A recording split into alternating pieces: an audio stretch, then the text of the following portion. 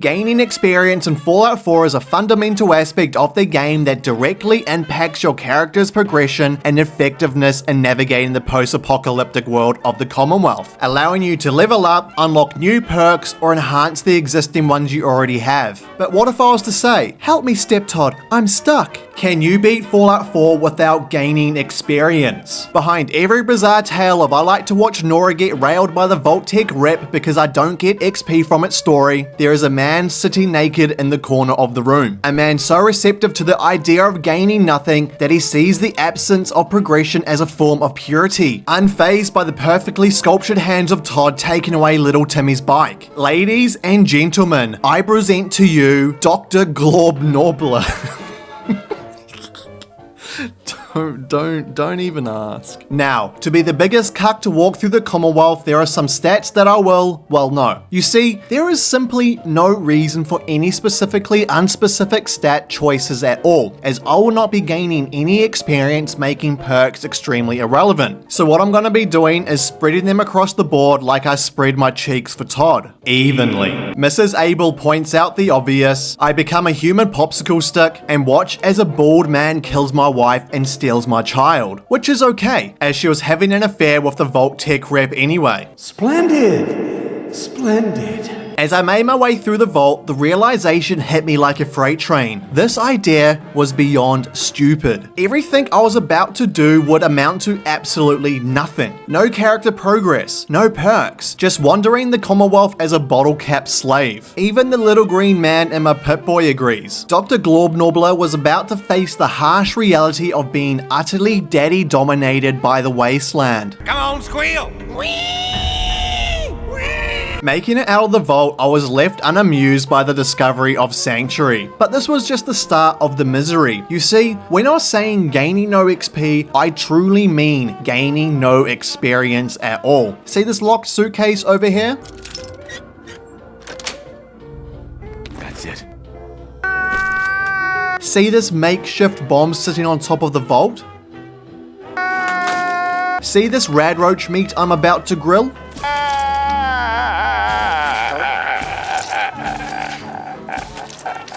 Life has never been so pointless. If you thought I'll be heading to Concord first, remember, you are wrong. I am making tracks to Abernathy Farm instead, and just like how Todd has taken away the ability for me to inject human growth hormones to make me more of a man no boy has ever womaned before, I decide to take the Abernathians' only means of survival in the Commonwealth right from underneath their dusty hands. For I am the bringer of cuck by Tato. Now, you may be asking yourself, Santa, why have you gone so far off the beaten track? Well, my child, you see, one of the rules of this run is that I'm not allowed to use items that permanently increase my special stats, such as bobbleheads and armor, for me to be truly trapped to my starting stats. This is indeed very unrewarding. But in saying that, I'm not all about trying to chop my own dick off with a butter knife, so I gave myself an exemption through the way of the barbecue. Hence why I've made my way to Sunshine Tidings Co-op to grab the Wasteland Survival Guide, which gives me extra meat to beat after causing immense animal genocide across the Commonwealth. I am the barbecue now. Deciding it was time, I jolly on down to Concord to take care of the raider situation, for Preston is unable to do so because he is just a packet of meat sauce and they don't have arms. For once in my life, I decide to take Preston's advice, taking a man who can only last 1 minute's laser musket. This would be the biggest big brain move I would ever do, awarding me the most prestigious award known to mankind, Star Galactic Human Universe of the Century. My brain had become so large that 1 + 1 = 2. Preston was overly excited to see me, but then I remembered that I didn't turn the oven off before I left the house. Meat Sauce tells me of his problems as he talks to me like the guy from Home Improvement, but I do not care for his words, for all I care about is having Mama Murphy's face squeezed through my cheeks like this raid over here. So delectable. Leaving my old friend Perception behind, I head up to the roof to acquire the power armor, taking care of the rest of the raiders who magically appeared as if this was Hogwarts, and 1 million points to Gryffindor because you jumped off a building as if life was harder than 0 XP. But as we know, this section is as easy as one is to expect, as this is where Todd holds your hand, giving you things that you generally aren't meant to have until he sneaks through your window late at night to do naughty things to you. For Todd is love. Todd is life. Returning to Sanctuary, I meet Preston secretly in a bush. Not to complete a quest, because that is simply pointless to me, but to simply feed Mama Murphy's drug addiction, in hopes that one day, just one day, she'll braise my cheeks with her head. Phew.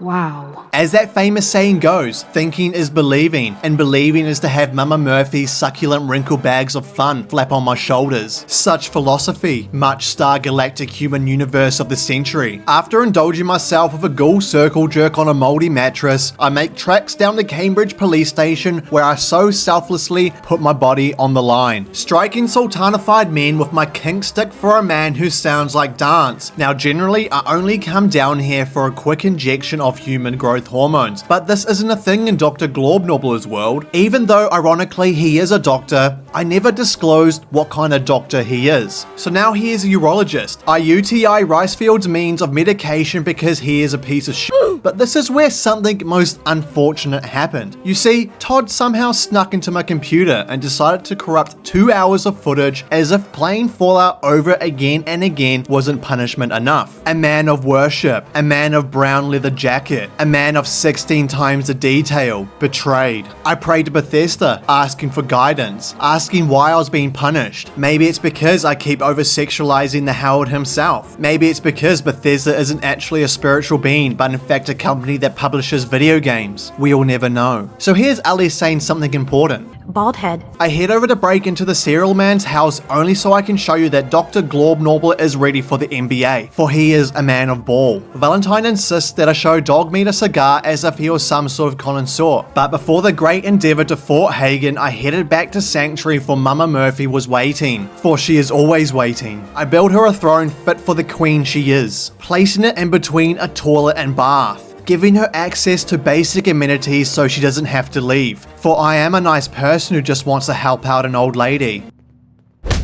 I wait for another 12 hours as this will prompt another feeding time for Mama Murphy, but this time it came with a surprise. You see, when you are up to the section of traveling to Fort Hagen and get to the third site from Mama Murphy, this will give you a bonus called Foreknowledge, which grants you 25% less damage from Kellogg and the encounter itself. This is indeed big brain. Traveling to the Hagen, some oddities ended up occurring. No Yogi Bear, no ghouls. It seems me and Valentine were about to have the easiest ride of our life. Even the softshell Milo understood that it was best to leave us alone. But as I arrived to Fort Hagen, something occurred to me. I had left Dogmeat waiting for my fingers in his nose. Through my obsession of giving Mama Murphy what she wants in hopes that one day she'll sit on my face, I had left Dogmeat sitting in Diamond City for days on end, forever stuck looking at a door, left wondering when Todd was going to save him from this demise. So I put my fingers in his nose. I bust a nut as I pillaged my way through Kellogg's Kink Factory, double cranking my long musket before releasing all over robots' faces, making it sound like I was almost doing something else entirely, but that would be morally incorrect. So I squat ever so close to the ground so I can feel the cold concrete tickle my balls. This is amazing. So amazing in fact that I pick up the Fat Man from the armory to prove that you can indeed have an oversized human sit in your pocket as you roam the wasteland. Reaching the bald man himself, I decide to throw mines in front of the piece of cornflake because big brains.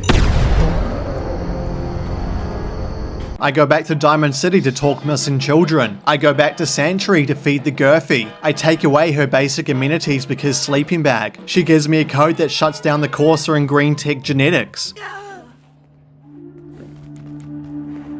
I am now Mama Murphy, and Mama Murphy's death was definitely in vain. After waking well rested and having everyone watch as I slept with a dead lady, I visit Dr. Hippocampus to learn that third person walking in another man's memories makes you invisible, and getting 0 XP for the 100th time is less painful than getting blasted unexpectedly by a missile. But it also turns out that it isn't as painful as getting your body contortionized into space by an Alpha Deathclaw. Finally making it to Virgil, he tells me that I need to tear open another man's head to get a Dorito chip of some sort, thus concluding another dose of nothingness. But I am a man who does not stop, even though XP is completely useless to me, for I am but a bottle cap slut waiting for his next shower. The Dorito radio waves leads me to a building that looks like Todd's perfectly spread cheeks. A place of wonder, a place of genetic manipulation, something that Glorb Norbler will never understand, for he is simply just a cap slut of the Commonwealth, as human progression doesn't run through his family. I die my way through the hellhole of the thickest building known to mankind. Death by stinpack. Death by surprise. But you see, death is simply a reward for Glorb Norbler, for it allows him to understand the ways of double crank my long musket to blow hot loads on raiders' faces. And remember, this is not sexual, and you are wrong. Reaching the top of green tech genetics, I confront the Corsa, letting Mama Murphy take the wheel for one last time, because even when killed by an overdose, her scabby, dried, perfect lips nibbling on my earlobes remains forever in my memory. Returning back to Good Neighbor, I found Finn dead, which was quite odd, as the first time traveling there I walked around him. Dr. Omari revealed the secrets of the Choo Choo clan and break into their club hideout as if their password equated to being password. But by now, you should have a general understanding what happens next.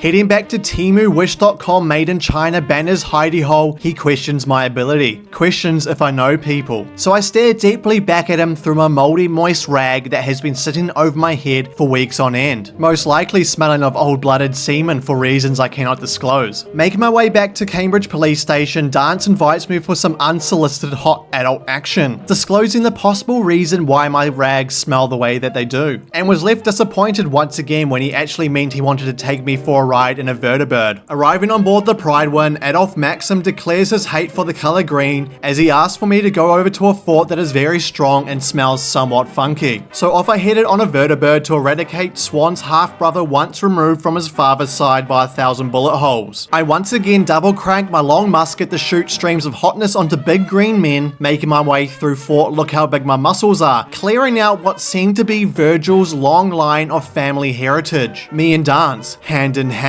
The dynamic duo no one could stop. Who would have thought brother on brother action could be so powerful? A threesome of overly sized man's balls to fit in my pocket. The concept of Dr. Glorb Norbler still being a peasant with a plastic bag over his head because he's still level 1 bamboozled me, as a realization that this game's leveling system is indeed just an NFT scam. But remember, this is Todd's world now, and everything in Todd's world is perfect. Maxim was proud and rewarded me 0 XP. I show Ingram a crown drawing done by a man with the hands the size of a torso. I invent teleportation brought to you by today's sponsor, Crayola Crowns, and do the great teleportation into the Institute. Now, at this point in time, you might be asking yourself another question. Santa, how much XP have you actually missed out on? Well, by now you should know that I truly do have such a big brain. So by using Google to find a pre-made XP table, I can safely say around 10,875 XP. And if we were to break that down even more, let's say 5 XP per rad roach, that's around 2,175 rad roaches. This time around, I thought I'll let father son son father man child survive and convince Dr. Lee to join the Brotherhood of Steel's Your Toaster, but my fingers accidentally slipped in my ass as I was wiping and he died. Elder Maxim wasn't too happy about my finger situation, but told me that it was all okay as there was a backup plan all along in case this was to happen. So off I trekked back to Diamond City where I was to help Duff track down Professor Skara, who was to be Dr. Lee's replacement, after getting blasted off to space as Peter somehow forced their way into Todd's world to strike me down with another animal abuse lawsuit. I finally made it to General Atomic Sculleria, a place of fun, a place of late night back alley activities, a place I viciously assaulted the minimum wage workers with missiles and shock batons because bowling. Amazing. Skara seemed unfazed by a man wearing a moldy gimp mask and simply agrees because Cerebro Fusion adapter. This was to be the greatest success story in Fallout history. With all the pieces aligned for getting the anti-communist bot juiced up, Ingram sends me out on various errands as she is unable to for whatever reason. But nonetheless, I agree because I am in love with the idea of being cucked by the wasteland. I travel to Medford Memorial Hospital where I was to find the super high-powered magnets, only to be succumbed by nuclear explosion. I enter the building to use my overly massive sized brain to further the succumbness of nuclear explosions. But you see, I am a stubborn man, so I try again and again to replicate the power of cuck. For timing is crucial. Timing is the key. Todd grabs me by my shoulders ever so tightly, pressing his soft lips against my ear and whispers, "Oblivion Remake 2025. I climax. I find the theater room key inside a toolbox down a hall and unload thousands of bullets from a minigun to not much prevail. But nonetheless, high-powered magnets secured and electromagnetic actuators created. I was then sent back into the glowing sea where I was to finally understand the predicaments that were going to arise when after trying to convince brother Henry about wanting to spread his glory. So I did what any star galactic human universe of the century would do. I place the distress pulsar. I get physically assaulted by radioactive Mr. Burns. I prepare myself for the elevator to come back down, only to find that he ended himself. This is something I like to call great success. As if this was the greatest plot twist my oxygen-deprived brain had ever witnessed, apart from that one time I found out Nora had been sleeping with a Vault Tech rep. Splendid. It turns out Dance had been a synth this whole time. I was shocked, my mind displaced. I find him cowering in an underground bunker. I double crank my long thin musket, preparing to unleash a load of hot particles on his face. I once again double crank my throbbing red musket.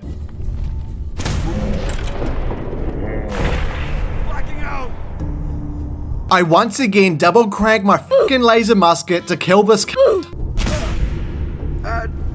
This was, once again, great success. Now, this is the part of the story where Todd single-handedly tells you if you're going to be bent over a table and allow for his hand to reach so far up your ass that his fingers become your fingers. For you see, the Mass Effect Tower is the Tower of Great Punishment. The tower that weeds out the children to the older-looking 15-year-old boys that look like they are now in their mid-30s because apparently life is stressing them out or something stupid like that. The tower that ends all runs. Now, because I am a genius and I do accept to take Ingram on the journey with me as this is a part of the quest, you see, the challenge isn't the fact that hordes of synths come transcending dimensions through walls so I can watch Ingram get gangbanged by lasers from a distance, or simply trying to dominate synths with the stench of my missiles that have been lodged up my ass because I don't know where else I'm actually holding all this ammo I have. It's the part where you grab the beryllium agitator and fight against the sentry bot and assaultrons. But ladies and gentlemen, if you were to think for 1 second I wasn't prepared for this at all, you should indeed feel ashamed of yourself, for I am a man of great power, and with great power comes